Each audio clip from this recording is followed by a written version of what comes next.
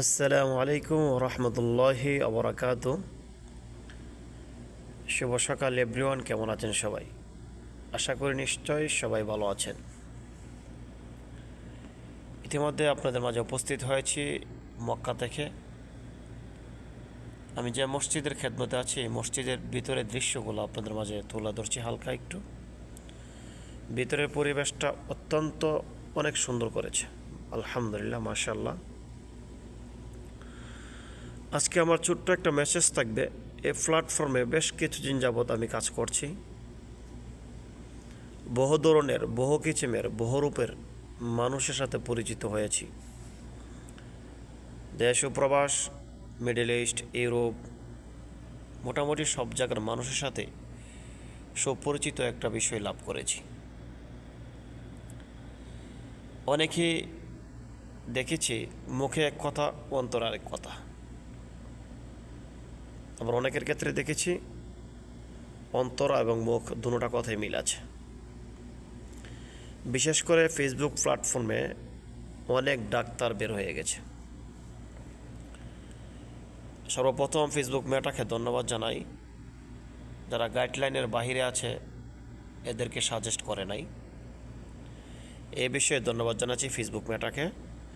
এবং এই প্ল্যাটফর্মে দেখেছি বহু ডাক্তার বের হয়েছে।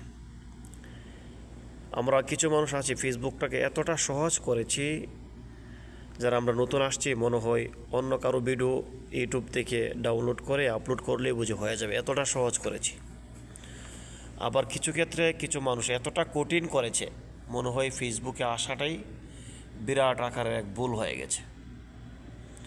সুতরাং কিছু মানুষ সহজ করেছে, কিছু মানুষ এতটা কঠিন করেছে, মনে হয় ফেসবুক ছেড়ে দিয়ে আপনি চলে যান।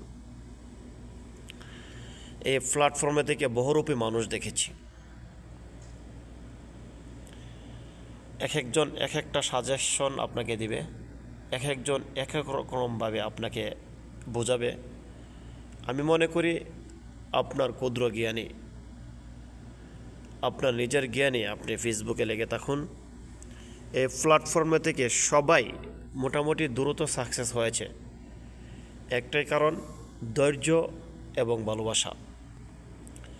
যার মধ্যে ধৈর্য এবং ভালোবাসা আছে, ওই ব্যক্তির দ্বারা অসম্ভব বলতে কিছু নেই, সব কিছুই সম্ভব।